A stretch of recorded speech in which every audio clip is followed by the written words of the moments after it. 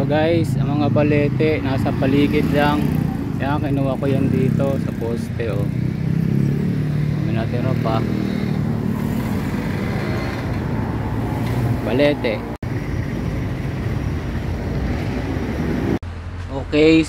Okay guys. Ito yung kinuha natin kanina sa may poste ng Meralco. Yan. Kanina, 'di ba? So yan yung mga bonsai, wild bonsai in the city. Yan, kinuha natin yan, magkakasama yan eh. Tanggal lang siya. Magagamit natin yan. Tulad nung ginamit ko sa mini waterfalls, kinabit ko yan.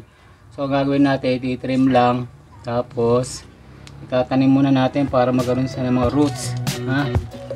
Okay, trim lang.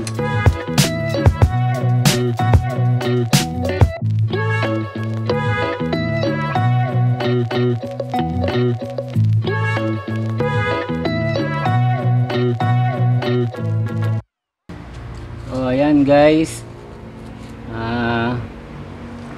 nakakuha tayo ng wild city bonsai. So susunod bibidyoan ko yung mga nakita ko na mga bonsai balete na nasa city, kung saan lang siya nakadikit.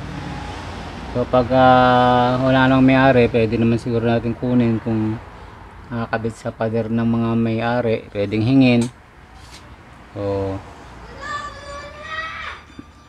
yan guys, abangan natin yung video after 3 months.